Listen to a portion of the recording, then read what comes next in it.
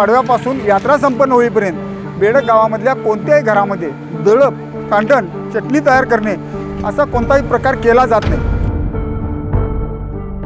त्राटकीचं सोंग जे महाराष्ट्रामध्ये कुठेही नसणारं त्राटकीचं सोंग आहे, तेही या ठिकाणी बेडगेचं वैशिष्ट्य आहे, ज्याची हजारो वर्षाची परंपरा आहे। त्राटकी नावाची राक्षसीन, अकराळ विक्राळ अशी राक्षसीन आपल्या सर्व सैन्यानिशी त्या ठिकाणी बेडग गावामधल्या प्रत्येक चौकामध्ये दरबार भरवते।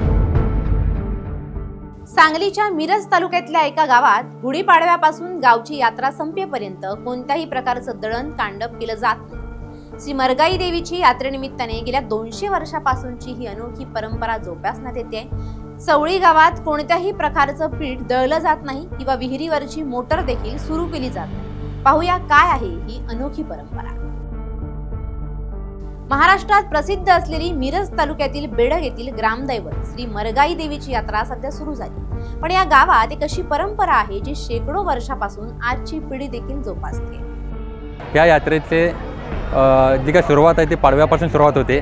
पाडव्यापासून ते यात्रेचा मुख्य दिवस जो काय 5 दिवसाचा मध्यंतरीचा गॅप असतो, या गॅपमध्ये या गावाची 200-250 वर्षापासून जी काय परंपरा आहे ती अशी आहे की या गावामध्ये गिरणीचं जातं अथवा विहिरीची मोठ, डंक ही याची चक्र फिरली जात नाहीत। त्यामुळे या गावामध्ये जे काय दळण कांडप आहे ते अगोदरच पाडव्याच्या अगोदर त्याचा साठा करून घेतला जातो आणि या यात्रेचा जे का मुख्य दिवस आहे त्या दिवशी महापूजा असते, त्यानंतर नैवेद्य असतो।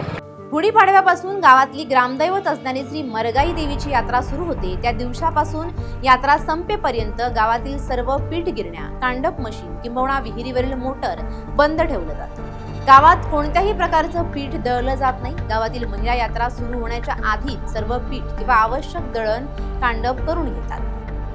त्राटकीचं सोंग जे महाराष्ट्रामध्ये कुठेही नसणारं त्राटकीचं सोंग आहे, तेही या ठिकाणी बेडगेचं वैशिष्ट्य आहे, ज्याची हजारो वर्षाची परंपरा आहे। त्राटकी नावाची राक्षसीन, अकराळ विक्राळ अशी राक्षसीन आपल्या सर्व सैन्यानिशी त्या ठिकाणी बेडग गावामधल्या प्रत्येक चौकामध्ये दरबार भरवते आणि ती आरोळ देऊन या ठिकाणी आपल्या दरबारातील सर्व मंडळींना आपल्या राज्याची अवस्था विचारते, खुशाली विचारत असते आणि एक शेवटी मानवाचं कार्ट या त्राटकीच्या साम्राज्याचा विध्वंस करतं।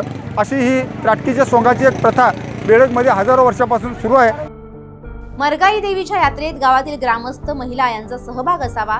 याच दरम्यान महिला आणि ग्रामस्थ कोणत्याही कामात व्यस्त राहू नयेत म्हणून दळत कांडप आणि विहिरीवरची मोठ बंद राहिल्यास सर्व ग्रामस्थ महिला यात्रेत सहभागी होऊ शकतात। या भावनेतून ही परंपरा सुरू झाल्याची आख्यायिका गावात सांगितली जाते। गुढीपाडव्यापासून यात्रा होईपर्यंत बेडग गावातील पिठाची गिरणी व दंक मशीन बंद ठेवले जाते व त्याआधी पाडव्याच्या आधी महिला वर्ग मिरची कांडण दळून व धान्य दळून आधी दळून ठेवतात व ही परंपरा बेडग गावातील नागरिक परंपरा जोपासतात। या यात्रेतलं आणखी एक वैशिष्ट्य म्हणजे यात्रेचं मुख्य आकर्षण असतं ते नाटकी सोंग। रामायण कथेतील दंडकारण्यांचं क्षेत्र हे फार मोठं होतं।